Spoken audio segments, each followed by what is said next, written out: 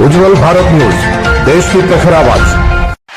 अब नए अंदाज। नमस्कार, उज्जवल भारत न्यूज में सभी का स्वागत है।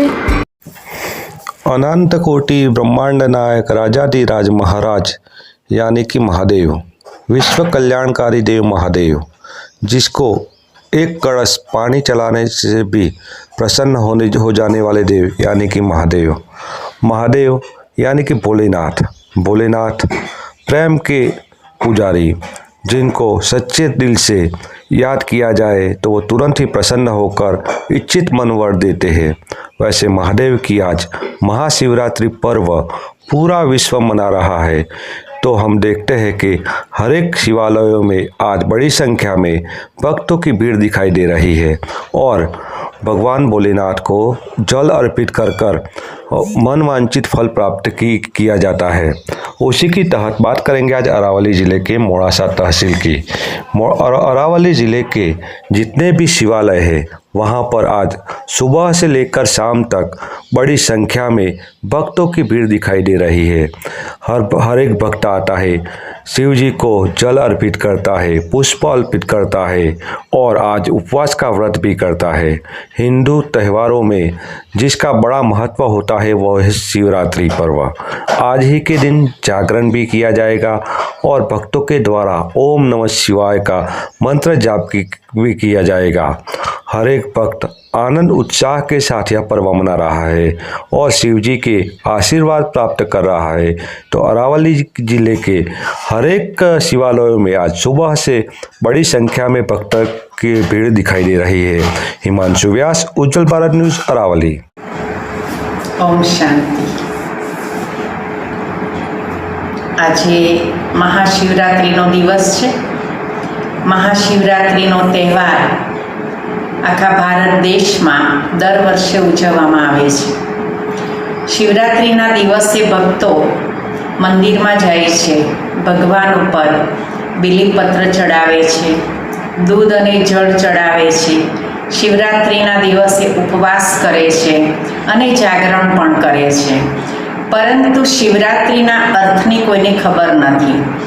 શ્રી કૃષ્ણ માટે જન્માષ્ટમી કહેવામાં આવે છે, રામ માટે રામનવમી કહેવામાં આવે છે, તો શિવ બાબા માટે કેમ શિવરાત્રિ? રાત્રિ એટલે કઈ રાત્રિ? આજનો સમય કળિયુગી ઘોર અંધિયારી રાત્રિનો સમય છે। કલિયુગની અંદર તમામ મનુષ્યાત્માઓ અજ્ઞાનરૂપી નિંદ્રામાં સૂતેલા છે। એટલે સ્વયં પરમપિતા પરમાત્મા શિવ બાબા, જે દેવોના પણ દેવ મહાદેવ છે, જેને આપણે સ્વયંભૂ કહીએ છીએ, એ પરમપિતા પરમાત્મા શિવ બાબા પ્રજાપિતા બ્રહ્માના તનમાં દિવ્ય અવતરણ લઈ અને આટલા વર્ષોથી 89 વર્ષોથી પરમાત્મા દરેક આત્માનું કલ્યાણ કરવા માટે ઈશ્વરીય જ્ઞાન અને સહજ રાજયોગનું શિક્ષણ આપી અને દરેક આત્માને અજ્ઞાનરૂપી નિંદ્રામાંથી જગાડવાનું કાર્ય કરે છે। એટલા માટે દર વર્ષે આપણે શિવરાત્રિ ઉજવતા આવ્યા છીએ। શિવરાત્રિના દિવસે ઉપવાસનું જે મહત્વ છે, તો ઉપવાસનો મતલબ શું છે? ઉપવાસ એટલે સદા માટે પરમાત્માની યાદમાં ઉપર, એટલે પરમાત્માનું નિવાસસ્થાન પરમધામ છે, તો સતત પરમાત્માની યાદમાં રહેવું અને ઉપવાસમાંના ત્યાગ, તો ત્યાગ શેનો કરવાનો છે? ભોજનનો ત્યાગ કરવાની જરૂર નથી, પરંતુ આપણી અંદર જે કોઈ અશુદ્ધ વિચારો છે, વ્યસનો છે, અવગુણો છે, કોઈ બુરાઈઓ છે, એનો ત્યાગ કરવો જરૂરી છે। એને સાચો ઉપવાસ કહેવાય।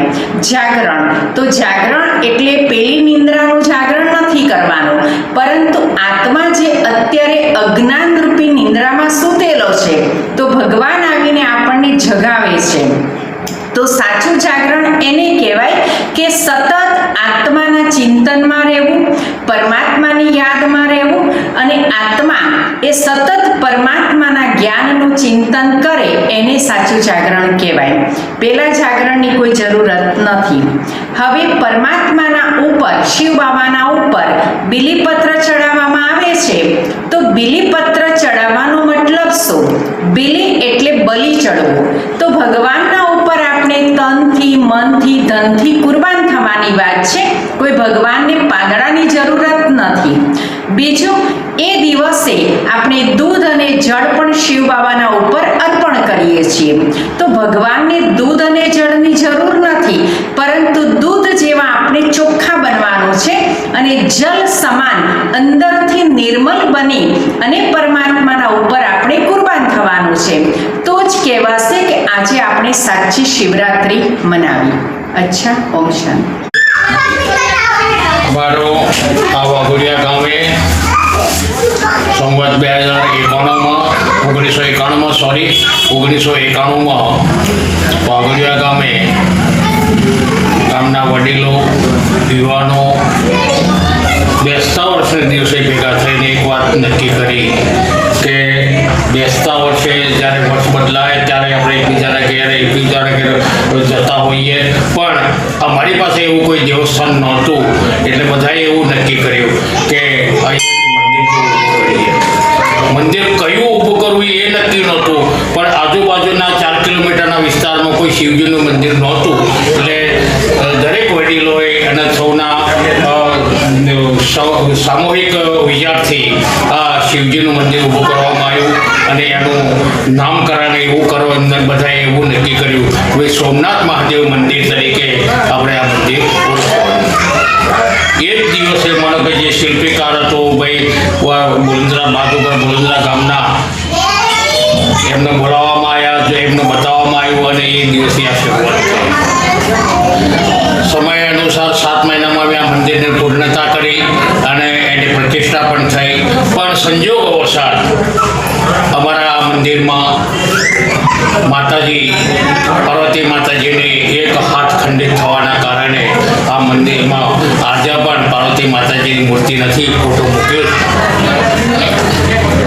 દર વર્ષે જ્યારે ઘવોડી વ્રત આવે ત્યારે અહીંયા બહુ એવો માહોલ જોવામાં આવે કે આખા ગામની આજુબાજુના ગામડાઓની દીકરીઓ અહીંયા ગૌરી વ્રત નિમિત્તે અહીંયા પૂજા અર્ચના કરવા માટે આવે અને પોતાની મનોકામના પૂર્ણ કરવાનો અહેસાસ અનુભવે. દર વર્ષે જ્યારે મહાશિવરાત્રિ હોય ત્યારે અમારા ગામના યુવાનો બહુ દિલથી લગભગ 500 લીટર આસપાસ દૂધ ભેગું કરવામાં આવે અને શિવજીનો પ્રસાદ બનાવવામાં આવે. આ શિવજીનો પ્રસાદ સંગ રાતના 12 કાલે 1 વાગ્યા સુધી ચાલવાનો અને દરેકને પોતપોતાની રીતે શિવજીનો પ્રસાદ આપવામાં આવે. એ રીતે આ મંડળનું સંચાલન થઈ રહ્યું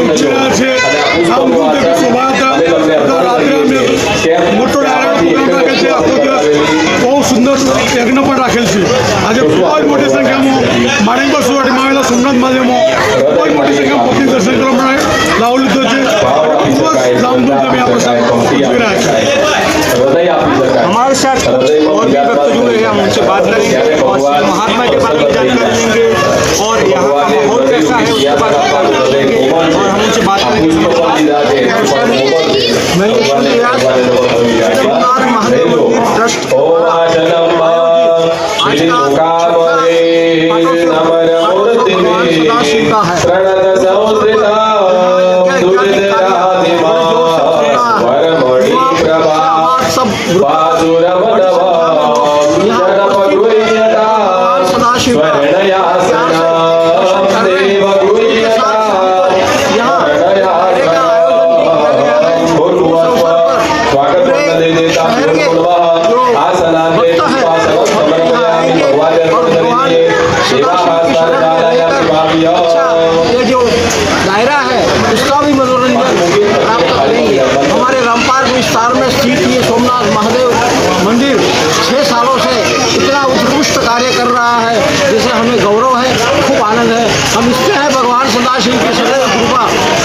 बने रहें। धन्यवाद। Himanshu Vyas, Ujjwal Bharat news, Aravalli. Thanks for watching UB News. Like and comment, and don't forget to subscribe for latest updates. Subscribe our channel.